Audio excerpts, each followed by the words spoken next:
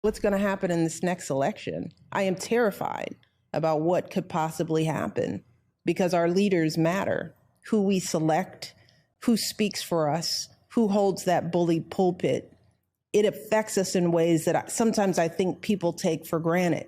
You know, the fact that people think that government, does it really even do anything? And I'm like, oh my God, does government do everything for us? And we cannot take this democracy for granted.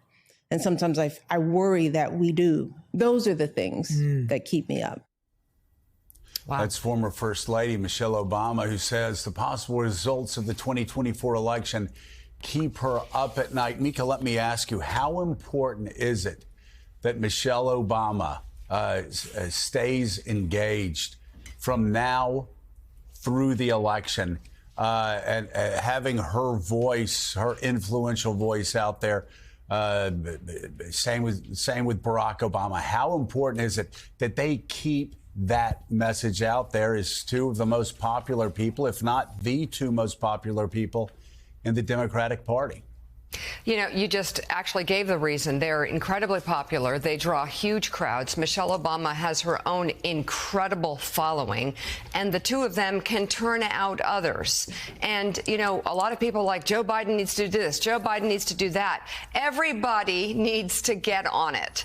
And I hope that is not the last time we see Michelle Obama. I hope we see her on the campaign trail. I hope we see former President Obama, and I hope we see them galvanizing other big names, people with big followings, to get involved in this election, as it is the election of a lifetime. And Eugene, you have a new piece in the Washington Post, if I may, entitled "Biden Must Elevate These Democratic Leaders If He Wants to Win." Gene, go. Well, this is kind of an all-hands situation, isn't it? All hands on deck. I wrote about others, out there in the country, people like Stacey Abrams, Julian Castro, Jamie Harrison, who runs the DNC. I want to hear more of mayors, governors, the Tennessee two. Yes.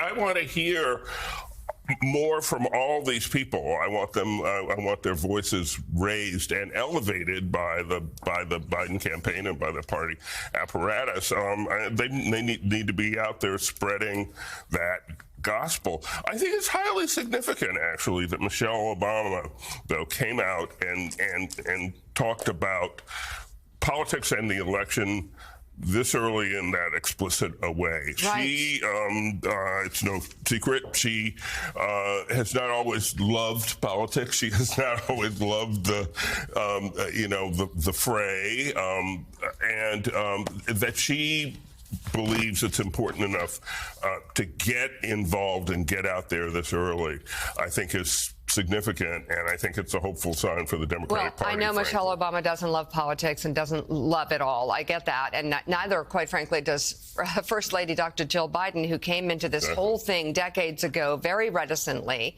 But at this point, it is an all-hand. It's not about us. It's not about them. It's about the democracy. And, Joe, coming up in the show, by the way, we have Governor Andy Beshear, who's talking about trying to galvanize, there he is, standing by right now, Democrats in red states or anybody at this point who cares about the Constitution.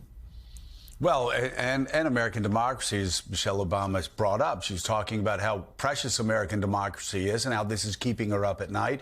Michelle Obama is one of the handful of people who can make a huge choice. Katty Kay, looking at the front page of the New York Times, they do a deep dive on Iowa, and they talk about how Iowa in 2012 was blue, deep blue, and how it's now turned deep red, or at least purple, and talk about Barack Obama winning in Iowa. And so, we talk with Reverend Al a good bit about the fact that Joe Biden's not doing as well with black voters, with people of color as he should be. And so when you hear Michelle Obama or Barack Obama, your first thought, of course, always jumps to, man, they can really help energize and inspire the most important vote in the Democratic Party. That is the most loyal vote, and that is getting black voters to the polls to save democracy again, as they did in 2020. But I look at states like Iowa, Wisconsin, Michigan, Pennsylvania, that Barack Obama won. And it's not just about black voters. The importance of the Obamas getting out, talking to all voters in swing states, it seems to me, especially if you look at their track record, would be extraordinarily helpful.